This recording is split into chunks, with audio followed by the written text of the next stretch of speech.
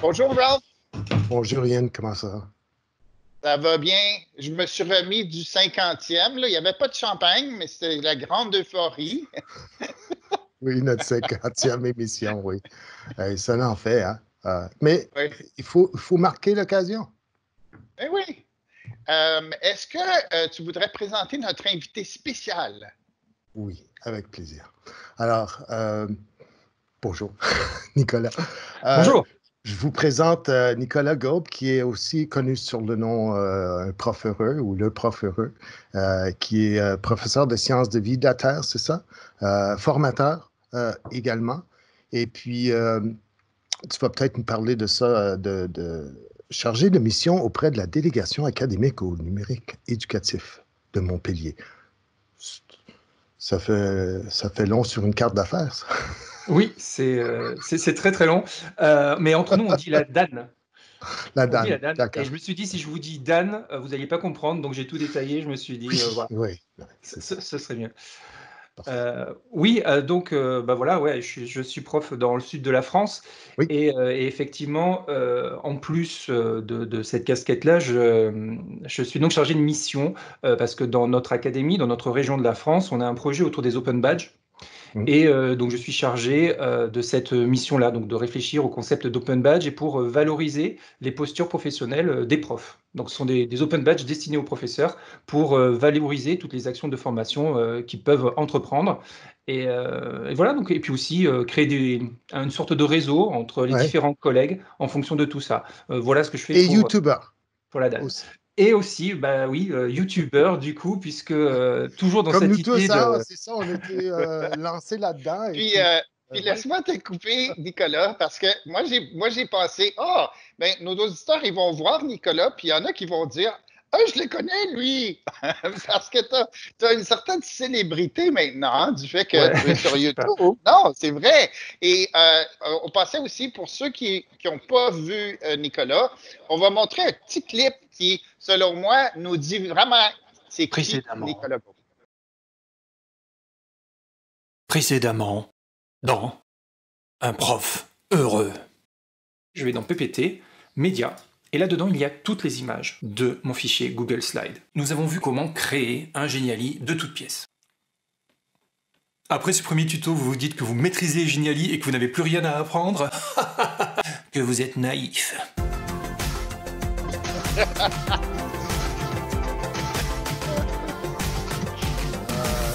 Bonjour, je m'appelle Nicolas et je suis un prof heureux. C'est génial, Alors, j'aime bien ça. moi, je me lasse pas de regarder ce clip-là. Ta réaction, Nicolas, à ce beau clip que tu as monté. Ouais, ouais, je sais pas quoi dire. Voilà, c'est un peu, c'est quelque chose de spontané, on va Mm. dire. C'est beaucoup de joie à faire déjà, du plaisir de mon côté. Et puis après, on se rend compte que même si c'est au format vidéo, il y a des échanges qui se créent. Il y a se fait avec les gens qui regardent. Absolument. Et ça aussi, c'est super intéressant et c'est très valorisant finalement de voir qu'il y a des gens qui, bah, voilà, comme vous, qui rigolent. Et puis là, c'est marrant parce que je vois votre réaction en direct aussi. D'habitude, je l'ai pas ou je n'ai les réactions que dans les commentaires. Oui. Donc voilà, c'est un plaisir d'échanger comme ça. Voilà, de créer du lien, puis un peu de manière internationale maintenant. Donc voilà, c'est Mm. super. Non, c'est Mhm. super bien, oui. Puis, peut-être que tu peux nous parler davantage de qui est Nicolas Gaube. Ouais, euh, ouais, ben donc je vous l'ai dit, voilà, vous avez présenté le point de vue professionnel, tout ça.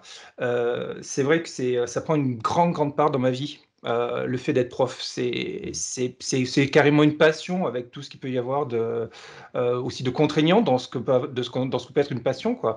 Voilà. Ouais, mais cette chaîne YouTube est venue en fait parce que j'ai vu qu'il y a des Américains qui le faisaient, et puis je me suis dit pourquoi pas moi? Voilà, Mm. je peux le faire, ça je peux le faire. Voilà, ce genre de truc-là. De manière, et puis finalement, la seule manière de savoir si on peut le faire, c'est d'essayer. Oui. Voilà, avec la peur au ventre, franchement, parce que je suis d'une personnage plutôt introverti, comme même si ça se voit pas forcément, je suis plutôt introverti. Et donc, il faut se faire violence, puis on y va, et puis on se lance. Donc j'ai commencé avec une chaîne anglophone, parce que c'était un public anglophone, et puis c'était une façon aussi de ne pas m'exposer en France. vis-à-vis de mes collègues, vis-à-vis des élèves, des parents, parce qu'il y a tout un questionnement là-dessus. Comment est-ce qu'un de mes élèves va percevoir ces vidéos, ce genre de choses-là. Et du coup, je l'ai fait, je me suis lancé, et puis je ne le regrette pas, parce que ça m'a donné des opportunités assez extraordinaires. Donc voilà. Ouais, ouais. Je ne sais pas si j'ai répondu à la question, savoir qui je suis, parce que je suis aussi un peu je suis pudique. Mais enfin voilà, disons que c'est cette idée de partager, d'ouverture au monde, finalement. Voilà, c'est ça qui me conduit, qui me pousse dans la vie en général. Merci. Puis, je suis certain qu'on va mettre des liens certainement, on va mettre un lien à ton canal et les gens vont sans doute aller explorer eux-mêmes. Mais moi, dans l'exploration, ce que j'ai remarqué, c'est les sujets que tu traites sont vraiment très variés. Et, mais les sujets comme la relaxation, les outils numériques comme Geniali, qui en passant est très populaire ici aussi, hein, mais pas nécessairement dans notre conseil, mais je dirais que oui, Geniali est utilisé comme un outil Google. Les techniques et astuces pour l'enseignement à distance, tu as parlé beaucoup de qu'est-ce qu'un prof peut faire dans des situations difficiles d'enseignement live où un élève fait quelque chose, puis on doit essayer de garder le décorum de notre classe, par exemple. Oui. Alors, dans ton choix de sujet, y a-t-il une raison particulière pourquoi tu choisis certains sujets plutôt que d'autres dans ton canal YouTube? Ouais, alors il y a quand même un avant et un après confinement. C'est-à-dire, avant le confinement, c'était le quotidien de ma classe. C'est-à-dire, c'était expérimental aussi. C'est-à-dire, je vais tester la relaxation, et ben, je vais montrer en vrai ce que ça donne quand un prof essaye quelque chose. Voilà. Il y a aussi cette idée voilà, d'expérimentation et de dire, bon, ben, je fais un truc pour la première fois, je vais peut-être me planter, mais c'est pas grave, je le filme et je vais vous montrer. Voilà. Comme ça, je vais vous montrer aussi qu'on apprend de ses erreurs et puis comment réajuster les choses, etc.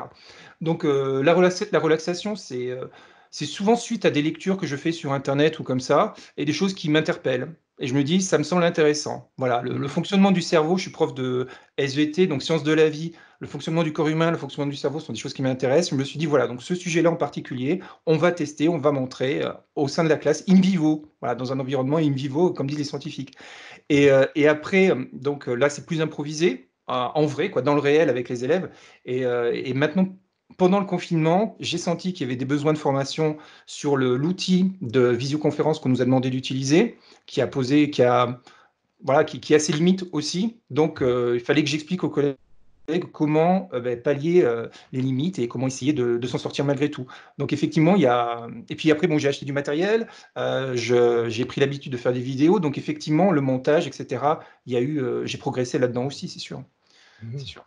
Oui, parce que nous, souvent, nos sujets viennent de questions que les profs nous posent. On a un service d'aide qu'on appelle aide pédago, où les profs peuvent écrire, poser leurs questions et tout ça. Donc, si une question revient souvent, on va traiter de ce sujet-là sur l'émission. On va répondre à la question pour tout le monde. Donc, ça vient de besoin. Et l'autre sujet qu'on aime explorer, ce sont des bonnes idées pour l'enseignement à distance. Alors, on est là pour donner des idées, pour transmettre des idées et pour répondre aux questions. Alors, toi aussi, j'imagine, ça doit venir des fois d'un besoin concret là, des profs qui pratiquent à distance et tout ça aussi. Là, Oui, c'est ça, c'est tout à fait ça. Et puis maintenant, il y a des questions dans les commentaires des vidéos, il y a des gens qui posent des questions aussi. Et ça me permet, puis en étant sur Twitter, ça permet aussi de sentir les choses, voilà, de voir où les gens ont le plus de problèmes. Et quand j'ai la clé, je la propose. Oui. Et puis quand j'ai pas la clé, je me renseigne et j'expérimente de mon côté. Et puis ça peut être aussi intéressant de voir quelque chose qui marche pas bien et d'essayer de faire gagner du temps aux collègues, de pas tomber dans les mêmes écueils que moi, par exemple. Donc il y a plusieurs choses, quoi. Un autre sujet beaucoup plus récent, c'est les escape rooms. Alors, tu as fait toute une émission sur comment bâtir un escape room. Peux-tu me parler de ton expérience là-dessus? Oui, effectivement, parce que c'est quelque chose que les collègues ont envie de faire. Voilà. Mhm. Et c'était dans la continuité d'une série de vidéos. Disons que vous, c'est peut-être au Canada, vous allez me dire, il y a la Bitmoji Classroom, Mhm. en Amérique, ça a été, voilà, il y a eu un flot de classes comme ça, où les gens utilisent un avatar, ils se mettent en scène dans une classe avec des liens pour Oui, cliquer, il y a des etc. tendances comme ça, oui, oui. Voilà. Et je trouvais ça intéressant. Et donc en France, personne n'en avait parlé. Donc je me suis dit, je vais partir de ça. Voilà. Donc je l'ai fait. Après, Genially est un outil qui permet de faire plusieurs salles finalement dans cette Bitmoji Classroom. Voilà. De faire plusieurs salles, de faire plus d'interactivité, ce genre de choses-là. Donc je me suis dit, ça va être intéressant. Donc je l'ai fait. Et puis après, c'est vraiment une continuité. Il y a les Escape Classroom qui existent. Donc Oui. l'idée, c'est de s'échapper de la classe. Donc j'ai réutilisé le même outil dans la continuité des tutos, en fait, pour faire l'escape game. Et il y a beaucoup cette grosse tendance aux escape games numériques qui existent en France, en réel ou en numérique, mais pendant le confinement, le numérique, forcément, voilà, a toute sa Alors, place. Et des donc j'ai voulu questions à aussi, répondre ou des problèmes à résoudre, des énigmes et tout ça qui sont reliés au contenu que vous devez enseigner quand même en mathématiques, en sciences, dans toutes les matières, quoi. C'est tout ça? à fait, oui, oui, oui. Et l'idée, c'est, oui, donc à la base, c'est d'essayer de s'enfuir d'un endroit quelconque ou d'ouvrir un coffre, en tout cas de réussir à résoudre des énigmes pour, pour réussir l'aventure. Et là où c'est intéressant, c'est que, bon, il y a l'aspect ludique, évidemment. Hmm. Voilà, la ludification du truc, voilà, c'est vraiment un moteur pour que l'élève Ah se oui. motive à résoudre les énigmes, etc. C'est très intéressant. Et là, j'ai fait bêta-tester mon escape game avec 5 élèves qui étaient portés volontaires. J'ai demandé OK. voilà, à tout le monde, ils sont portés volontaires, donc on a fait ça. On était en visio comme on est actuellement, et donc je les entendais réfléchir aux énigmes en temps réel. Et Ouais. je voyais les trucs qui marchaient pas. Et donc là, on s'est rendu compte que le travail de coopération, faut quand même les guider un petit peu, parce qu'ils étaient chacun dans 5 endroits différents, devant le même jeu, mais ils ne communiquaient pas Ouais. du tout. Donc moi j'ai eu un grand silence et l'angoisse a commencé à monter. Je me dis oula, qu'est-ce qui se passe? Donc j'ai été obligé voilà, de leur dire pensez à vous organiser, comment est-ce que vous allez faire? Vous n'êtes pas en compétition, c'est ensemble. Donc vraiment ça leur a permis d'apprendre à s'organiser, à communiquer, à échanger des informations. J'ai trouvé cet indice-là ici, j'ai trouvé l'autre là-bas. Ah ben moi j'ai eu ça, etc. Donc ça leur a permis Mhm. de réussir toutes les énigmes les uns avec les autres et vraiment de communiquer, de s'organiser. C'était vraiment très très intéressant à écouter aussi. Ben, comme souvent, ces situations-là, c'est plus un exercice de communication que d'autres choses, hein. Hmm. Comme est-ce que tu peux bien communiquer de façon concise les informations qui sont pertinentes dans un certain ordre ou avec une certaine intention, la collaboration et la communication qui vont quand même main dans la main, mais c'est ça, c'est surtout ça qui est le travail. Ouais. Et on a du boulot. Enfin, je pense que j'ai une petite expérience, enfin, par YouTube. Mon expérience vient de là, mais de la manière américaine Mm. d'enseigner. Et je pense qu'en termes de compétences sociales, vous êtes beaucoup plus avancé que nous là-dessus. Voilà. Je pense que là, nous, on a encore un effort à faire là-dessus sur comment s'exprimer, comment recevoir un compliment ou comment communiquer, comment exposer ses idées clairement, etc. Je pense qu'on a encore beaucoup Mhm. de travail à faire là-dessus. Sur la notion d'empathie aussi ce Oui. genre de choses-là. Exprimer ses émotions, voilà, il y a beaucoup de boulot à faire. Et c'est vrai que les escape games, du coup, ben, on est dans une situation, mine de rien, qui est un petit peu stressante parce qu'il y a le chronomètre qui Mm. tourne, Oui. parce que c'est une simulation, mais quand on se prend au jeu, on a envie d'y arriver, etc. Et parfois, ça Il exacerbe y en un a petit qui peu sont plus certaines choses. compétitifs que d'autres et puis Voilà. un peu moins, comme tu dis, empathiques ou tu sais, inclusifs aussi. Tu Mm. sais. Il y en a qui veulent prendre le problème pour eux-mêmes et puis le résoudre et exclure les autres, mais vraiment, c'est un exercice de collaboration aussi. Alors, comment est-ce que tu peux inclure tout le monde, entendre les idées de tout le monde? Ouais, Ouais. super important. Alors, Ah, Nicolas, je pense que je vois une fiche ici pour envoyer les gens à ta vidéo. Et aussi, bien sûr, on encourage nos auditeurs à aller regarder ton canal YouTube. Merci. Puis peut-être vice-versa aussi, Nicolas. Alors, on peut avoir des contenus qui pourraient intéresser la France aussi. On vous souhaite une belle continuité. En passant, j'ai presque oublié, Nicolas, qu'est-ce qui se passe en France du point de vue du confinement? Est-ce que les choses débloquent? Oui, ben, en ce moment, donc, on a un temps d'avance en quelque sorte, donc on retourne en classe, donc avec encore certaines mesures de distanciation physique, essentiellement. hum, On est déjà revenu en classe et petit à petit, les mesures s'assouplissent. pour permettre le retour en classe d'un maximum d'élèves. Voilà. Voilà où on en est, avec toujours de quoi se désinfecter les mains. Voilà. On évite de se passer les objets d'un élève à l'autre. C'est une ambiance très particulière, mais Oh, oui, parce que on y les arrive. enfants sont des enfants. Hein? C'est ça.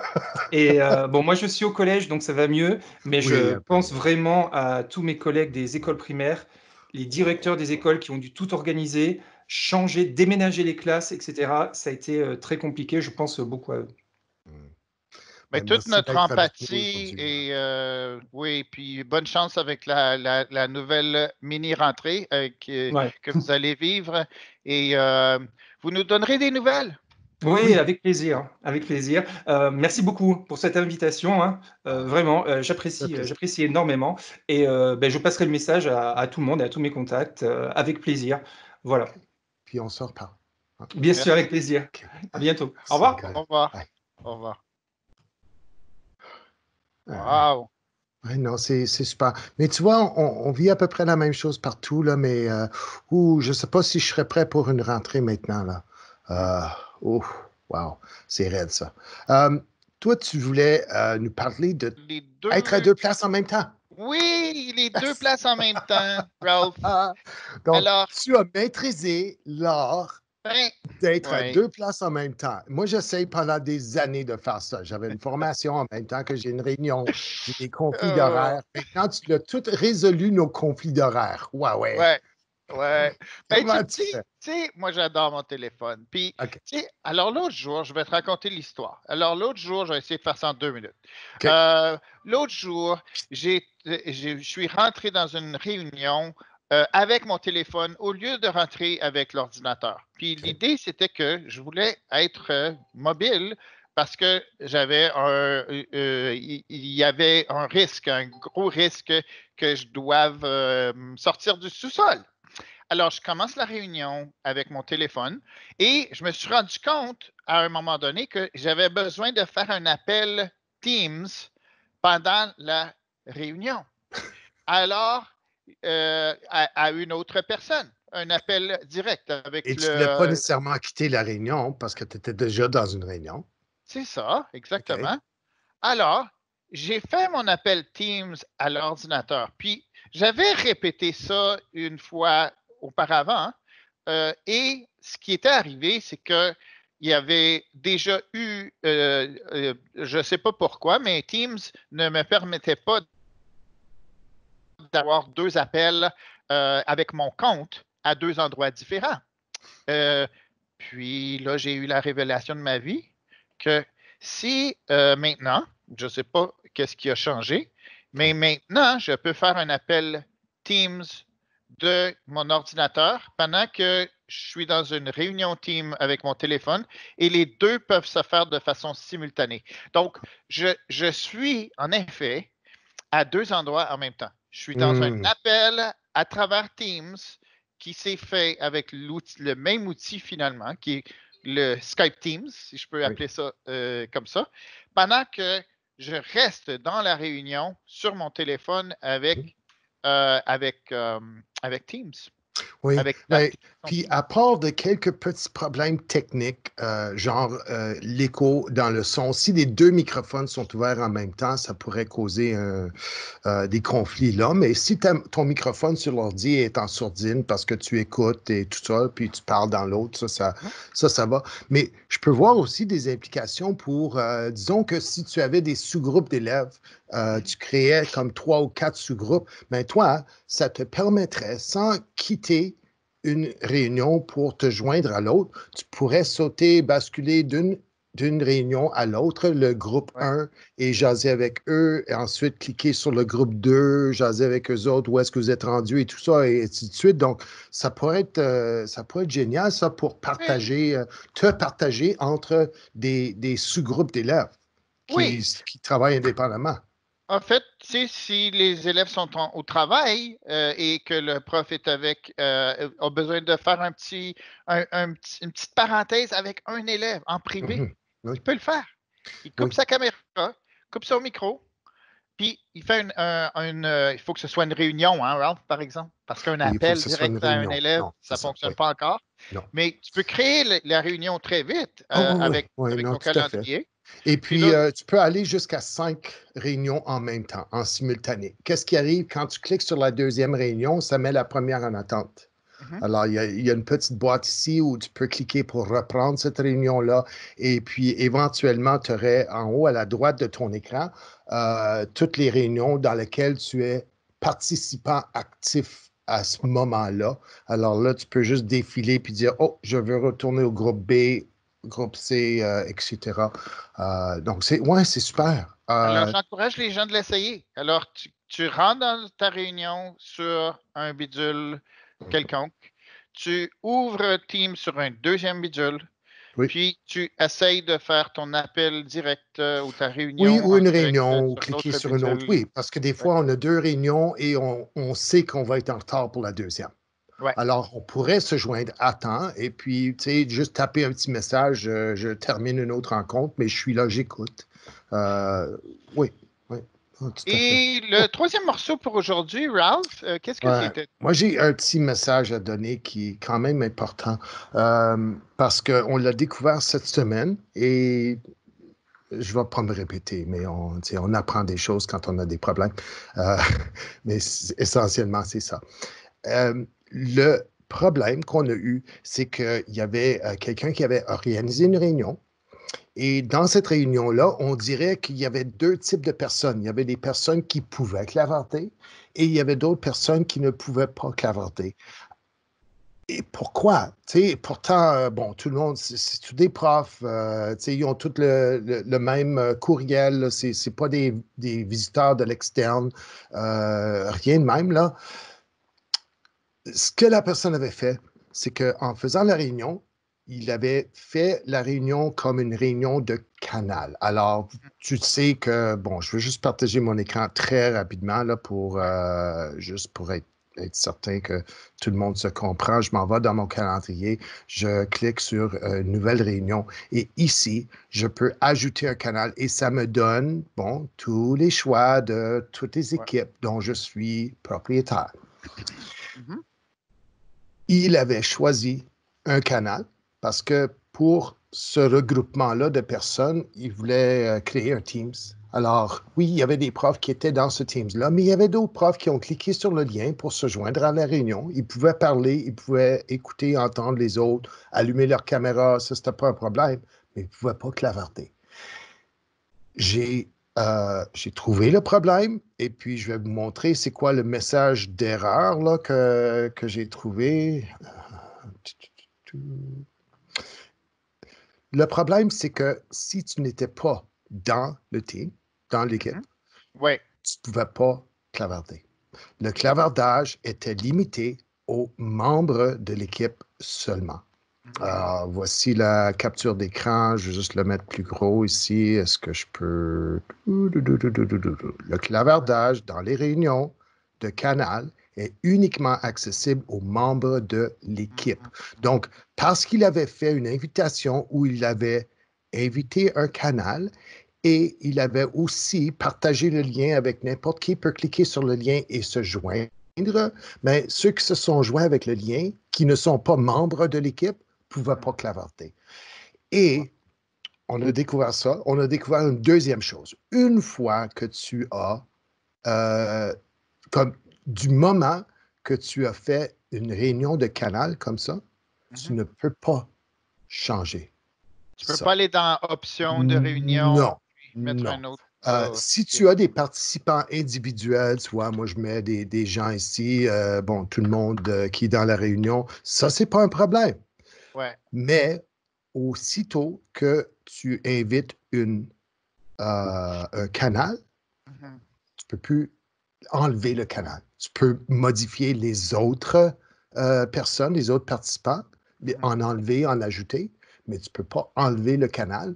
Donc là, vraiment, il n'y avait pas autre chose à faire. Donc, mon conseil pour les gens, c'est que si tu veux inviter plus qu'un groupe, okay, plus qu'une équipe, c'est pas possible d'inviter 2 canaux, Une fois que tu as choisi un canal, tu ne peux pas choisir un deuxième parce qu'aussitôt que tu choisis le deuxième, il va annuler le premier. Donc, n'invite pas un canal du tout. Non, du tout. Ni un, ni l'autre. Et de cette manière-là, une fois que tu as créé ta réunion et il va y avoir le lien ici là, de se joindre à une réunion Teams, tu peux partager ce lien-là par courriel.